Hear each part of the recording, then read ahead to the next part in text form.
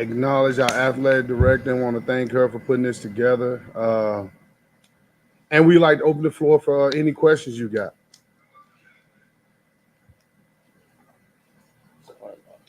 Coach Metcalf, how are things going? How are you enjoying your first year as the coach? Well, so sorry. Sorry about that. And very. Well, to be honest with you, it's been pretty good, man. One of the things that I'm more intrigued about is just the coaching staff that we have. At the end of the table, we got Coach Alan Cross. He's our offensive coordinator. He also coaches the quarterbacks and wide receivers, and we split duties with the tight ends. When it's pass situation, the tight ends are with him.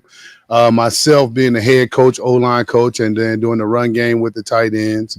Right here is Coach Tommy Fazell. He's our special teams coordinator and running backs coach. At the end of the table, we got Coach Wiggins. He's our D coordinator and linebackers coach.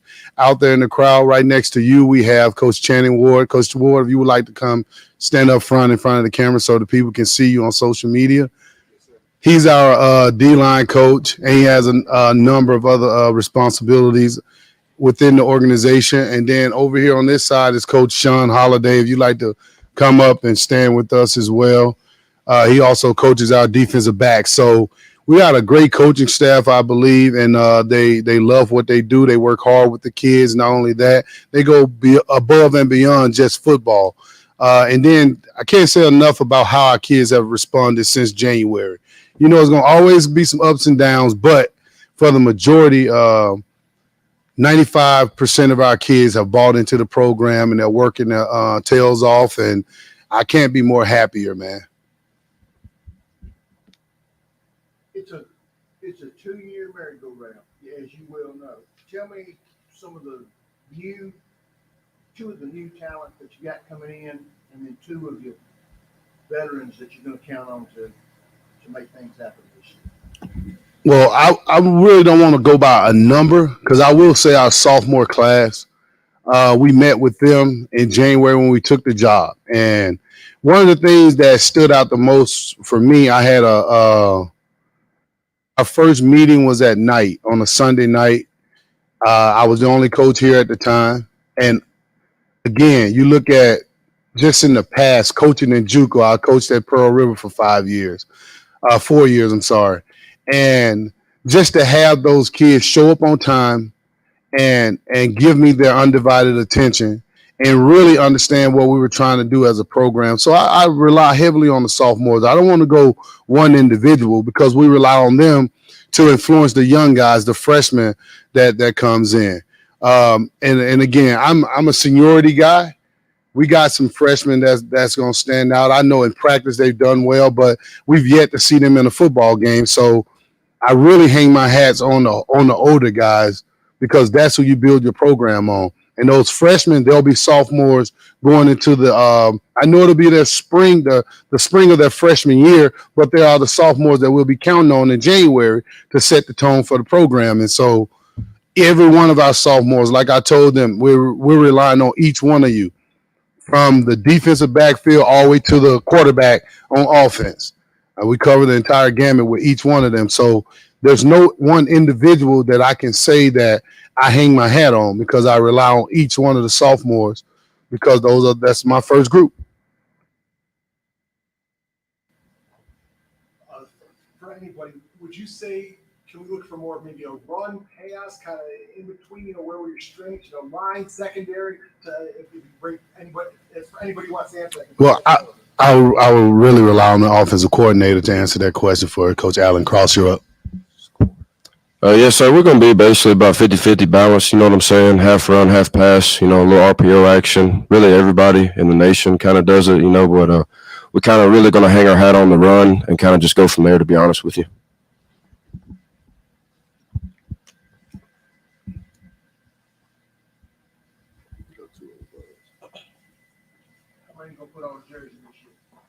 I'm sorry, one more time.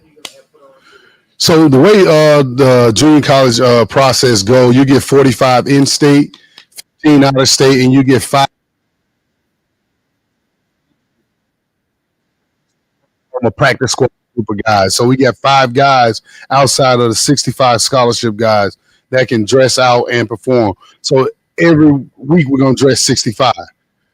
We know we're gonna count on about 45 total out of the entire 65 each game. But again, as the season progresses, I feel like everybody has to play at some point. So it varies week to week depending on what happens in the game or in practice when it comes to injuries. Did they show up ready to go? You have to train them, get them cleaned up, or y'all ready to go? Well, again, a reflection of your team is a reflection of you. And so, I say to each one of these coaches that's up here at this table, I think they've done a fantastic job sticking to the guns, sticking to our theme, if you would say, for this team. Be a pro and set the standard. Those are 2 things that we constantly say to the kids. And so they don't have a choice whether or not they're going to show up ready to go. Every one of these guys, like I said, starting with the sophomores, they understand what we expect of them. But again, we also know that these are young men and things are going to happen. You know, we don't kick them out of the family when things happen unless it's too critical for the school. But other than that, every one of them understand exactly what we expect of them. And if they don't do that, they know we're going to hold them to it. And so I feel like this team has been ready to go since January with us taking over the program. It's just, again, when the little hiccups happen, how do we respond as a family?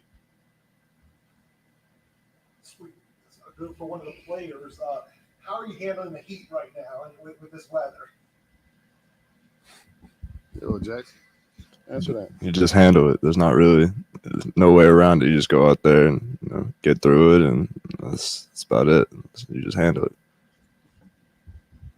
So we know there's a heat protocol in Mississippi now. We understand there's deaths that has happened throughout high school. So what we do is we stick to our, when our athletic director give us the rules, we stick to it. So we know that if the temperature hit 100 to 105, we have to make adjustments.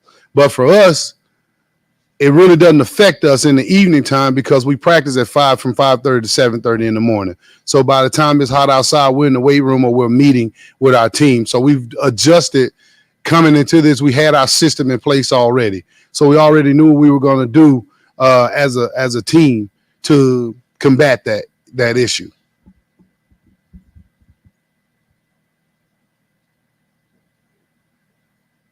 Who's going to be tough? Who's going to go against? Who's going to be tough on who's schedule? Well, we play in a highly competitive league, Again, like I say to the players, this is the closest thing to either the SEC or the NFL. Yeah, I think this is one of the toughest JUCO leagues or junior college leagues in the country. So just as competitive as the next team is, that's how I plan for our guys to approach it. There's no fear of anything or anybody that we suit up against. And so when we get ready to hit the field, we know the Tigers are hitting the field. We don't care who's across the way from us. Our job is to do what we're called to do.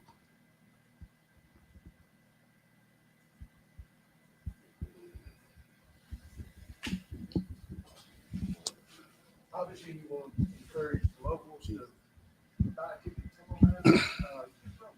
Yes, sir.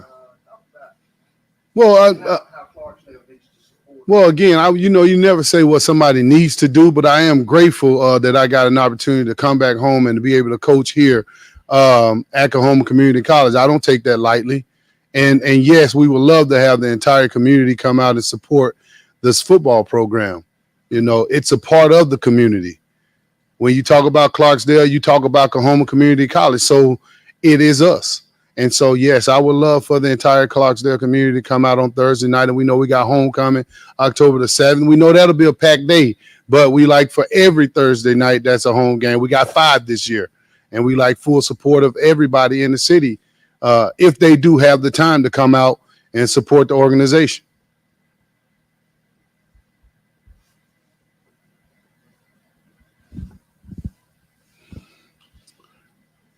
So along those lines, how do you think that your ties to the community will help with with it in the coming years, for recruiting, because you have those relationships with the local kids? Should that help the program in the long run?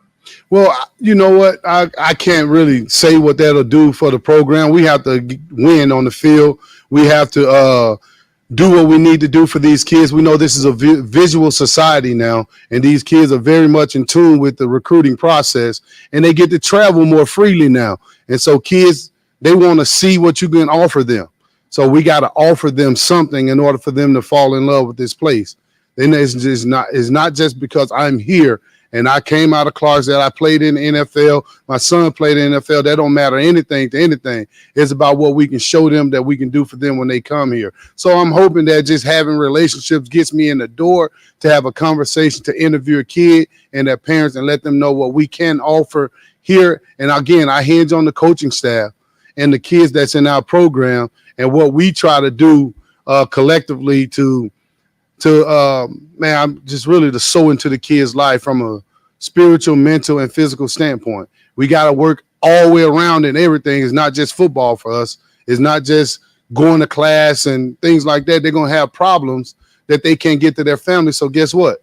We are here as men to address those issues.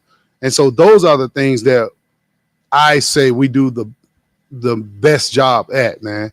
Being here for the kids when they need us beyond football.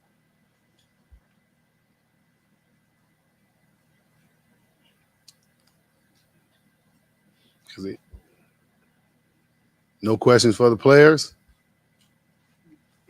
No questions for the D coordinator? Special teams coordinator? Players, let's talk to some other players. Talk about what your experiences have been like here, through the summer, through for those maybe any sophomores last year, what it's like, just your experiences at Coleman Community College. Well, let me do this. I'll introduce the players. Okay, we got Marquise Willis here. He's our wide receiver. All right. We got Jackson Allen here. He's our quarterback. We got Josh Eves here. He's our kicker. And then we got Mark Dorsey. That's our free safety. So I just want to introduce these guys. We got some of our other players out there with you guys that are here today. Mook. Mook is a good player. So RJ, raise your hand. So ask that question again for other players. So I guess to each of the players who are up here, I guess we can go one more and just talk about what your experiences has been like at Coleman Community College and how you're feeling about the upcoming season. Man, it's been good. Coach Metcalf taking over entirely. The whole culture here has changed. And Coach Cross being allowed to do more. All these new coaches having a new role, just being blessed to be in the position they're in. And it just shows, like, the team, how they react to what they're telling us, how we react to the information they're giving us. It's just cool. It's a great experience, though. For me, it's been nothing short of a blessing. I didn't get here till January, so having Coach Metcalf, give me the opportunity to be able to come here, it's been nothing short of a blessing. I've enjoyed every second of it. With my OC, he means a lot to me. All these coaches and players mean a lot to me. So it's just really just been a blessing. First and most, it's a great place to be here. Great coaches. I really believe Coach Metcalf and the coaching staff are preparing us for a great season. We got a bunch of great guys who are ready to show everybody what we're capable of. A bunch of young guys, a bunch of older guys.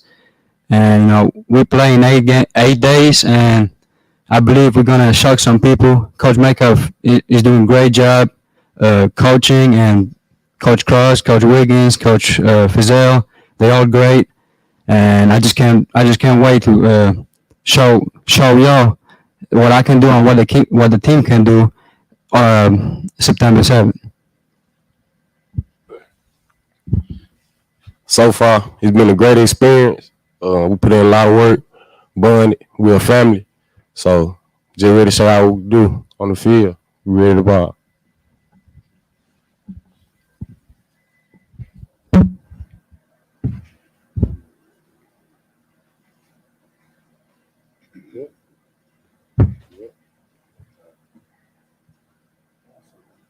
Sorry, guys. I think this is the conclusion of our media day.